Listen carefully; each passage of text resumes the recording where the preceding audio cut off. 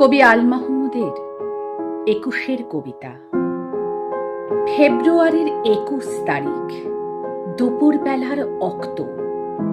বৃষ্টি নামে, বৃষ্টি কোথায়? বরকতের রক্ত। হাজার যুগের সূর্য তাপে জ্বলবে এমন লাল যে, সেই লোহিতেই লাল হয়েছে কৃষ্ণচূড়ার ডাল যে। প্রভাত ফেরির মিছিল যাবে, ছড়াও ফুলের বন্যা। বিষাদ গীতি গাইছে পথে তিতুমিরের কন্যা। চিনতে নাকি সোনার ছেলে? ক্ষুদিরামকে চিনতে রুদ্ধশ্বাসে প্রাণ দিল যে, মুক্ত বাতাস কিনতে।